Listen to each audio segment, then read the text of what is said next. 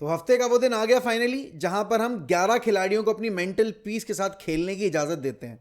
आज वो दिन है जहां पर एरिक टेन हैग का जो सबसे बड़ा टेस्ट है उनके अभी तक के यूनाइटेड के करियर का, वो सामने आने वाला है। क्योंकि ये जो 2 गेम है ना अगले, ये करो या मरो वाली स्थिति वाले मैच हैं। अगर इनमें से एक में भी रिजल्ट नहीं आता है तो यहां पर एरिक टेन हैग का टाटा गुड बाय हो गया, खत्म हो जाएगा इंटरनेशनल ब्रेक में।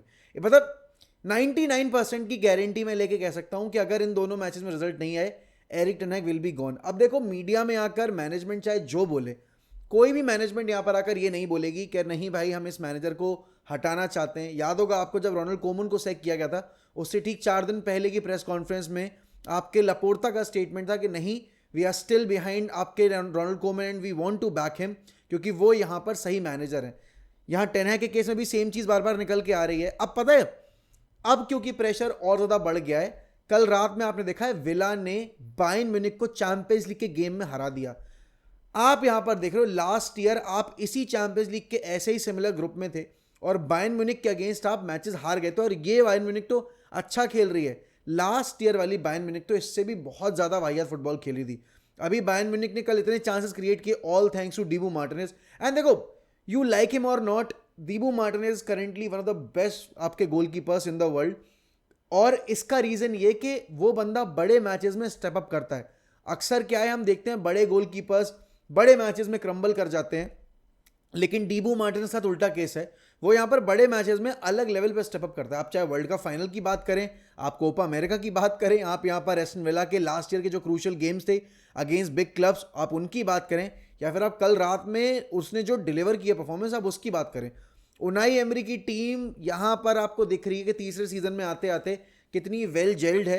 एंड आप बड़ी टीमों से टो टू नेक फाइट देख रहे हो। United on the other hand Europa league के पहले फिक्चर में 20 जैसी टीम को भी नहीं हरा पाई। तो आप देख सकते हो कि कितने कॉन्ट्रास्टिंग मैनेजर्स हैं यहाँ पे, आपके उनाई एमरी और आपके यहाँ पर एरिक टेन हैग। लोग बहुत सारे बोलेंगे कि we simply can not compare the 2 managers because उनाई एमरी यहाँ पर यूरोप के बड़े क्लब्स में कोच करके आ रहे हैं।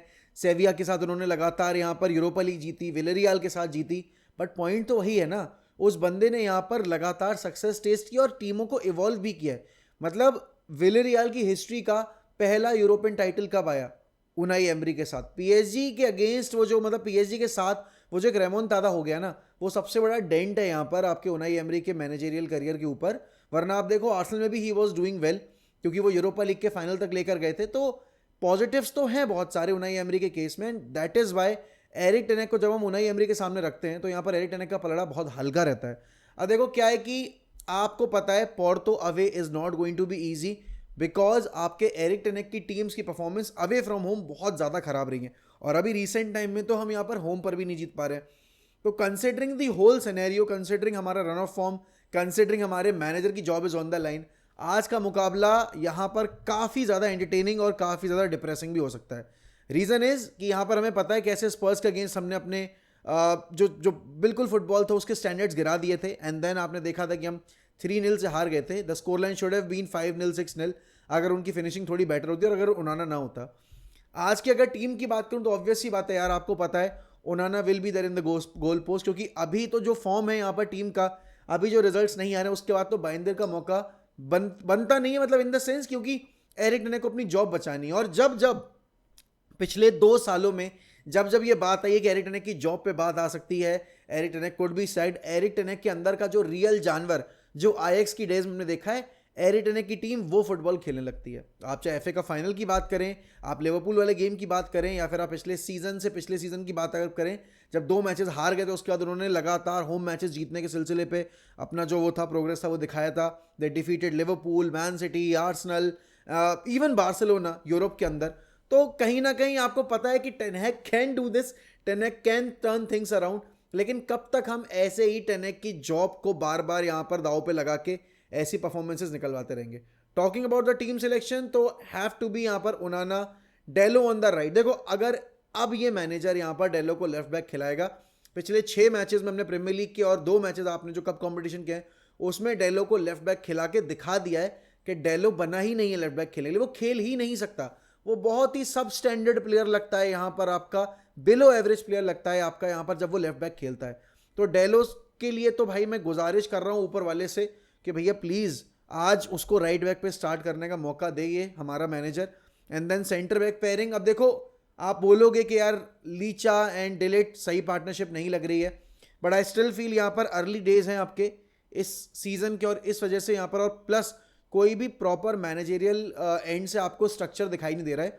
तो आई would go with the same centre back pairing, Matthias delete and लिसांद्रो Martinez. Left back पर आई वुड स्टार्ट यहाँ पर माजुरुई। देखो क्यों मैं माजुरुई को लेफ्ट बैक पे स्टार्ट करूंगा, because Mazraoui has played as at left back आपके बायर्न म्यूनिख के लिए बड़े गेम्स में। यहां पर आपके माजुरुई ने आपके लेफ्ट बैक पे स्टार्ट किया है against Arsenal as well, he was quite good against Saka.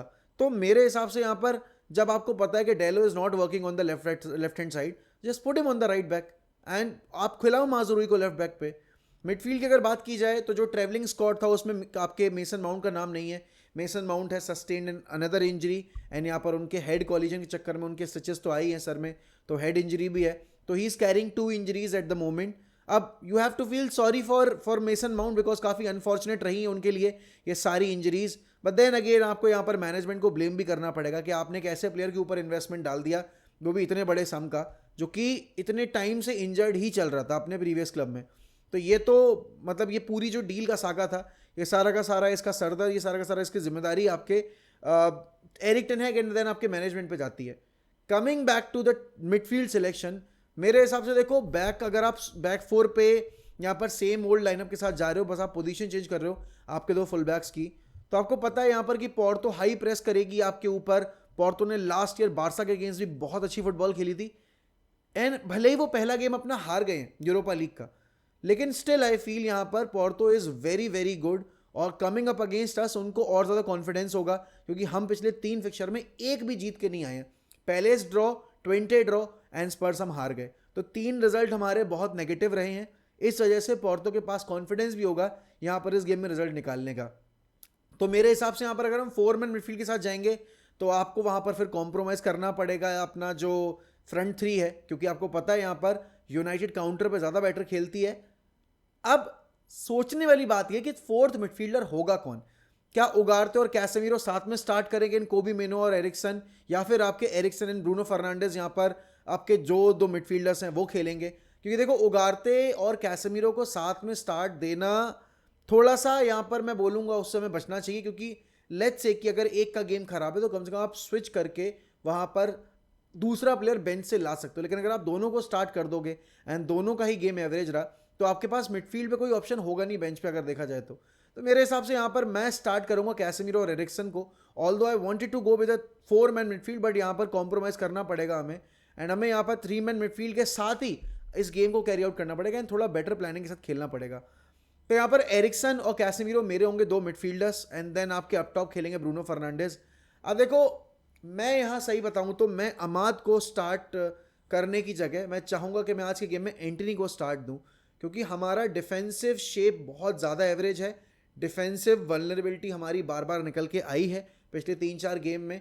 Anthony track back, Anthony यहाँ पर आपका डिफेंसिव वर्करेट प्रोवाइड करता है, डिफेंसिव एरियाज़ में टाइट स्पेसेस में उसका बॉल होल्ड अप प्ले भी काफ़ी सही है, अमाद का भी सही है, बट वो जो एक डिफेंसिव कवर हमें एंटनी प्रोवाइड करता है वो कोई और प्लेयर प्रोवाइड नहीं करता है। गर्नाचो तो बिल्कुल नहीं करता है।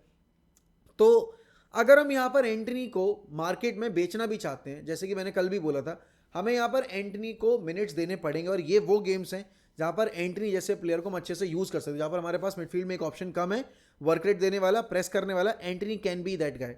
तो मेरे हिसाब से यार I would go with Antony rather than going for Amad, but अगर अमाद भी स्टार्ट करता है आई टेक इट, बट मैं गर्नाचो को स्टार्ट नहीं दूंगा इस गेम में, because गर्नाचो has played every game अभी तक पिछले 3 गेम में, और आप बांसली वाला गेम हटा दो तो गर्नाचो की परफॉर्मेंस को जितनी टॉप नॉच रही नहीं है, राइट।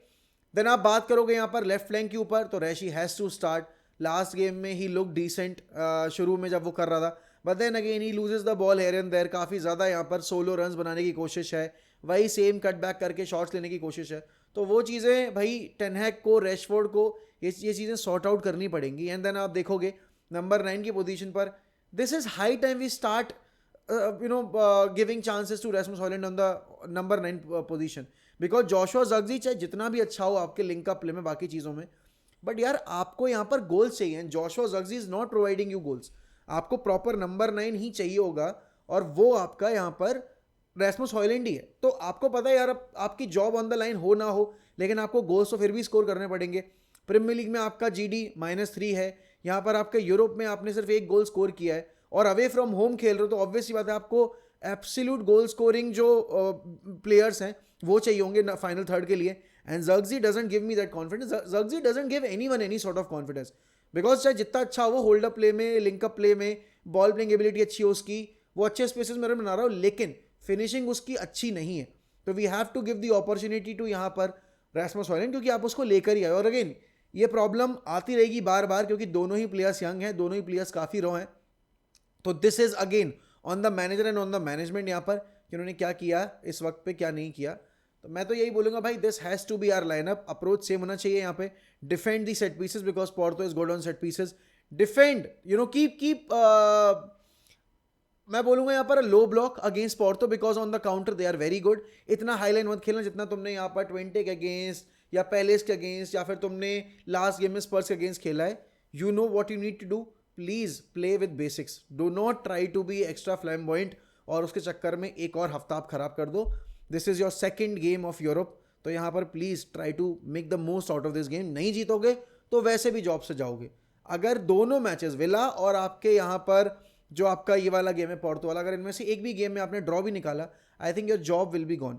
और विला की कल रात की परफॉर्मेंस देखने के बाद तो हमारे ऊपर और ज़्यादा प्रेशर है। Villa away won't be easy. कल आपने देखा था कैसे villa park was bouncing and beaming and, तो आपको अगर लग रहा है कि आप इस परफॉर्मेंस के साथ या इन सक्सेसिव परफॉर्मेंसेस के साथ यहाँ पर विला को जाके हरा लोगे, आप बहुत बड़े भ्रम में हो। देखते हैं रात में क्या होता है या नहीं होता है।